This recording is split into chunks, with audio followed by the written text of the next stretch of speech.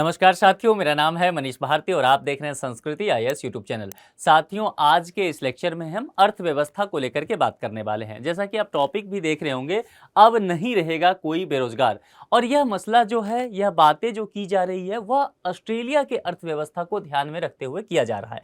यहाँ ऑस्ट्रेलिया की अर्थव्यवस्था की जब हम बात करेंगे, वहाँ जब हम बात करेंगे वहाँ की बेरोजगारी की, और फिर वहाँ रोजगार को लेकर के, पूर्ण रोजगार को लेकर के क्या परिभाषा बदलने की बात की जा रही है, श्वेत पत्र एक आया है, उसको लेकर के क्या सब किया जाएगा, उस पर हम विस्तृत चर्चा करेंगे। लेकिन इसके साथ साथ ही आपको यह भी ध्यान रखना है कि भारत की स्थिति से आप इसकी तुलना करते चलिएगा, ठीक है। चूंकि जब भी बेरोजगारी की बात आएगी तो भारत की चर्चा जो है हमारे लिए करना आवश्यक हो जाता है, क्योंकि भारतवर्ष में भी देखा गया है कि बड़े स्तर पर बेरोजगारी हाल फिलहाल के वर्षों में देखी जा रही है। इसीलिए तुलनात्मक अध्ययन आपको करते चलना है, ठीक है। चलिए, तो अब नहीं रहेगा कोई बेरोजगार, ये ऑस्ट्रेलिया के संदर्भ में हम देख रहे हैं।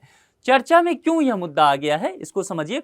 ये चूंकि भारत के लिए ही नहीं, चूंकि ऑस्ट्रेलिया ने जब अब यह कदम उठाया है तो भारत तो है ही, भारत के अलावा भारत तो चलिए विकसित अभी राष्ट्र नहीं बना है, विकासशील है, लेकिन विकसित राष्ट्र जहां पर बेरोजगारी की संख्या जो है काफी देखी जा रही है, लगातार यह समस्या बन रही है, वह अमेरिका में भी देखा जा रहा है, यूरोप में देखा जा रहा है। इस स्थिति में ऑस्ट्रेलिया जो अपना कदम उठा रही है इस चीज को लेकर के, संभव है आने वाले दिनों में बाकी राष्ट्रों के लिए, बाकी देशों के लिए भी एक दशा और दिशा का काम कर सकता है। इसीलिए इस टॉपिक पर चर्चा करना हमारे लिए लाजमी है। चर्चा में क्यों बना हुआ है, जैसा कि मैंने पहले ही कहा कि ऑस्ट्रेलिया में एक प्रकाशित श्वेत पत्र के अनुसार एक व्हाइट पेपर आया है। व्हाइट पेपर के अनुसार ऑस्ट्रेलियाई सरकार जो है पूर्ण रोजगार की परिभाषा बदलने पर विचार कर रही है। पूर्ण रोजगार क्या होता है, इस पर हम विस्तृत चर्चा करेंगे। हम यह भी देखेंगे ऑस्ट्रेलिया में वर्तमान समय में पूर्ण रोजगार की क्या परिभाषा है, वहीं अभी सरकार बदलकर क्या करना चाह रही है, इन सब चीजों पर हम विस्तार से चर्चा कर लेंगे, ठीक है। उद्देश्य क्या है, सबसे पहले हमें यही जानना है कि उद्देश्य इसके पीछे क्या छुपा हुआ है। देखिए, गवर्नमेंट जो कहा गया है श्वेत पत्र में, उससे यह बातें अंदाजा लगाया जा रहा है। पूर्ण रोजगार को लेकर के जो परिभाषा बदल रही है ऑस्ट्रेलियाई सरकार, तो कहा जा रहा है कि आधुनिक परिस्थितियों का ध्यान रखा जाएगा। यानी कि आज के वक्त में क्या हो रहा है, लोगों में किस तरह के स्किल को लेकर के परिवर्तन आ रहा है, आज के युवाओं को किस तरह की नौकरी चाहिए, उसके अनुरूप जो है बेरोजगारी दर को कम से कम रखना है। यानी कि वह सुविधा उपलब्ध कराना है, वह माहौल उपलब्ध कराना है युवाओं को जो आज की जरूरत है। यानी कि देखिए, इकोनॉमी पूरा का पूरा कहां चलता है, यहां पर डिमांड और सप्लाई पर।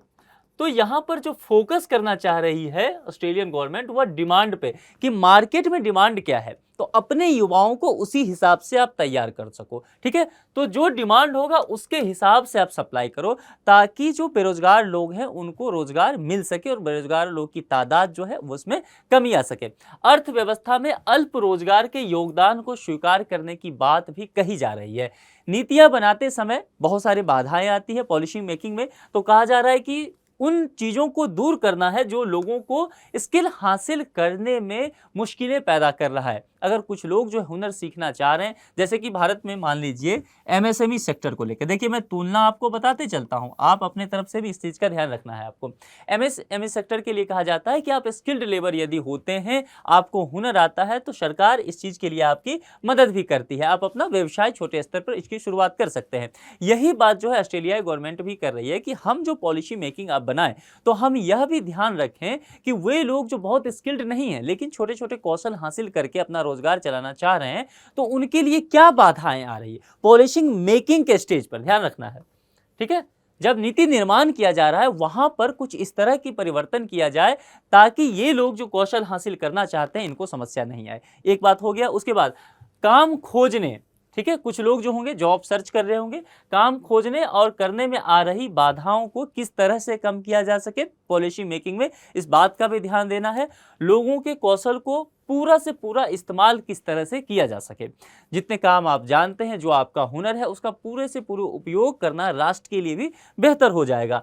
निचले स्तर पर रोजगार के अवसरों का सृजन करना। अब निचले स्तर पर रोजगार के सृजन का अवसर करना, यह क्या कहने का क्या तात्पर्य हुआ। देखिए, हर आदमी है doctor, engineer, white collar job नहीं कर सकता है, बहुत छोटे मोटे तरह के भी जॉब होते हैं, काम होते हैं, लोग करते हैं। तो यहाँ पर जो है, चूंकि बेरोजगारी की समस्या जो है इस स्टेज पे ही सबसे ज्यादा देखी देखी जाती है। भारत में भी यही है, ऑस्ट्रेलिया में भी यही है, तुलनात्मक रूप से अध्ययन करते चलिए, ठीक है। तो यहाँ पर कहा गया है कि निचले स्तर पर हम इस तरह की स्थिति बनाएं, वहां पर लोगों को इस तरह से कौशल निर्माण उनका करें कि यहाँ पर जो है अधिक से अधिक रोजगार के अवसर उत्पन्न हो सके और लोगों में बेरोजगारी दर जो है यहाँ पर कम हो सके।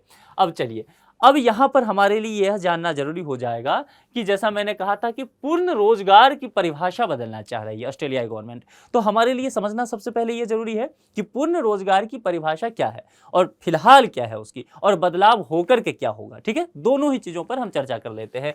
तो अभी जो वर्तमान परिभाषा है ऑस्ट्रेलिया में, उसमें कहा जाता है कि देखिए 4 लोगों पर कहा गया है कि 1 लोग पर 4। अब इसको मैं समझा देता हूं, यानी एक पर्सन क्या है कोई, और उस पे 4 ऐसे लोग होते हैं जो काम तो करना चाहते हैं, यानी कि उनका विल है, उनकी इच्छा है काम करने की, लेकिन वे जो है काम नहीं कर पा रहे हैं।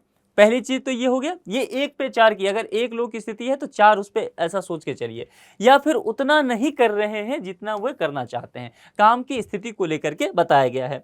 अब यहाँ पर देखिए पूर्ण रोजगार की नई परिभाषा में क्या तब्दीली करना चाह रही है सरकार। देखिए नई परिभाषा लाने का क्या मकसद है, सरकार पूर्ण रोजगार की जो परिभाषा है नई वाली, उसमें थोड़ा सा विस्तार करना चाह रही है। और विस्तार करके सरकार अपने अनुसार करना चाह रही है कि हर व्यक्ति को काम करना चाहता है, जो भी व्यक्ति जो काम करना चाहता है उसे बिना तलाश के अपनी पसंद का रोजगार हासिल हो सके, यानी कि बहुत ज्यादा उसे भटकना ना पड़े और उसके अपनी पसंद, ध्यान रखना है, अर्थव्यवस्था कहता है कि यदि आप अपनी इच्छा के अनुसार काम नहीं कर रहे हैं, आपका जो स्किल है, आपकी जो पसंद है, उसके आधार का काम आप नहीं कर रहे हैं, तो दरअसल आप बेरोजगार हैं। ध्यान रखिएगा इस चीज का। तो यहां पर सरकार ने इसीलिए ध्यान रखा है कि आपको अपनी पसंद का काम हो और दूसरा तलाश बहुत अधिक ना करना पड़े, आपके लिए इंफ्रास्ट्रक्चर इस लेवल पर तैयार किया जा सके।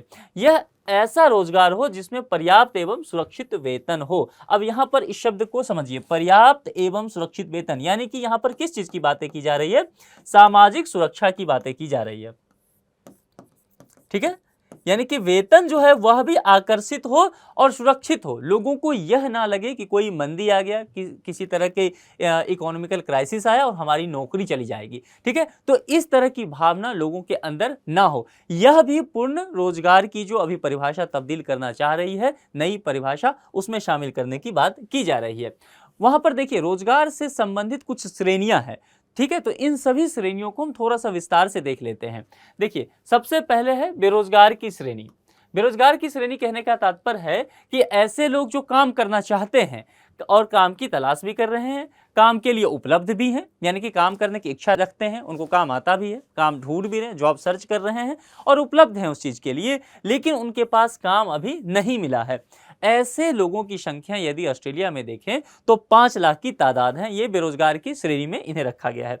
इसके अलावा संभावित श्रमिक की श्रेणी की अगर बात करें तो यहां पर देखिए ऐसे लोग जो काम करना तो चाहते हैं लेकिन काम तलाश नहीं रहे हैं। ध्यान रखिए, वह जॉब करना चाहते हैं लेकिन फिलहाल जॉब की तलाश नहीं कर रहे हैं, अभी तुरंत उन्हें किसी नौकरी के लिए वो उपलब्ध भी नहीं है। दोनों ही चीजें होनी चाहिए यहाँ पर, ठीक है। ऐसे लोगों की ऑस्ट्रेलिया में जो संख्या है वह 13 लाख है और इसे संभावित श्रमिक माना गया है, ठीक है। यानी कि आने वाले समय में इन्हें जो है, अगर ये लंबे समय तक बेरोजगार रह जाते हैं या काम नहीं करते हैं तो ये बेरोजगार की श्रेणी में फिर कन्वर्ट हो जाएंगे, ठीक है। अल्प रोजगार की श्रेणी भी एक बनाया गया है और इसके तहत कहा गया है कि कुछ ऐसे लोग जो काम तो कर रहे हैं लेकिन ज्यादा घंटे काम करना चाहते हैं, यानी कि उनकी आमदनी बढ़ सके, इसके लिए वो चाहते हैं कि अधिक से अधिक काम कर सके, ठीक है। ऐसे लोगों को अतिरिक्त घंटे वहां पर उपलब्ध नहीं हो रहे हैं। अब अतिरिक्त घंटे उपलब्ध नहीं हो रहे हैं, इसका कहने का क्या तात्पर्य है, यानी कि लोगों की संख्या जो है जिस भी वर्क प्लेस पे है वहां पर काफी तादाद में लोग हैं, इसीलिए मान लीजिए वहां पर कम लोग होता तो वहां पर सभी लोग जो है मान लेते 10 आवर के आसपास काम करते या कहीं 8 आवर का काम करते, लेकिन यहाँ पर लोगों की तादाद बहुत ज्यादा यदि हो जाएगा किसी वर्क प्लेस पर, तो जो लोग यहाँ पर 10 घंटे काम कर पाते वह यहाँ पर 5 घंटे काम कर रहे होते, 8 घंटे वाले जो हैं वह तकरीबन 4 घंटे संभव है, ये एक अनुमान है। इस तरह का काम कर रहे होते। तो ये जो लोग काम कर रहे हैं 5 घंटे या 4 घंटे, यह चाह रहे हैं कि इनके काम के घंटे में विस्तार हो सके ताकि इनकी आमदनी भी बढ़ सके। ऐसे लोगों की संख्या जो ऑस्ट्रेलिया में है वह 10 लाख का तादाद बना हुआ है। ठीक है, अब इस टॉपिक पर एक संभावित प्रश्न है। जैसा कि मैंने पहले ही कहा था कि यह जो टॉपिक हमने पढ़ा है इसको आप भारत में बेरोजगारी की जो स्थिति है उससे तुलना करके जरूर देखिएगा। एमएसएमई सेक्टर से जरूर आप इसकी तुलना कीजिए, उसकी भी आप स्टडी कर लीजिए। देखने की बात होगी कि ऑस्ट्रेलिया में जो श्वेत पत्र के माध्यम से कहा जा रहा है कि पूर्ण रोजगार की नई परिभाषा लाई जाएगी, ठीक है, उसका उद्देश्य हमने चर्चा कर लिया। कमोबेश वही उद्देश्य तो भारत का भी है। तो हमें देखना होगा कि जब ये ऑस्ट्रेलिया में यदि इस तरह की स्थिति हो जाती है ऑस्ट्रेलियाई सरकार के द्वारा, तो उसका विश्व के बाकी देशों पर क्या प्रभाव पड़ेगा। खास करके जो विकासशील देश हैं भारत जैसे, जहां पर युवा की तादाद बहुत अधिक है, काम चाहने वाले लोगों की तादाद अधिक है, बेरोजगारों की संख्या पिछले वर्षों में बहुत ज्यादा बढ़ रही है, तो उन देशों का क्या इस पर अमल करना होता है, क्या भारत कुछ कदम उठाएगा, इन सब चीजों पर नजर बनी रहेगी। संभावित प्रश्न एक है और प्रश्न है हाल ही में किस देश की सरकार द्वारा रोजगार की परिभाषा में बदलाव किया जा रहा है। 4 विकल्प दिया गया है, Britain, Australia, New Zealand, Papua New Guinea. तो आप कमेंट बॉक्स में, आपको पता ही है, आपको अपना जवाब लिख करके हमें भेजना है। किसी दूसरे मुद्दे पर आप वीडियो चाहते हैं तो जरूर लिख करके भेजिए, आपका स्वागत है। इस लेक्चर में इतना ही रखते हैं, किसी दूसरे लेक्चर में नए मुद्दे के साथ आपसे मुलाकात होगी। अपना ख्याल रखिए। Thank you.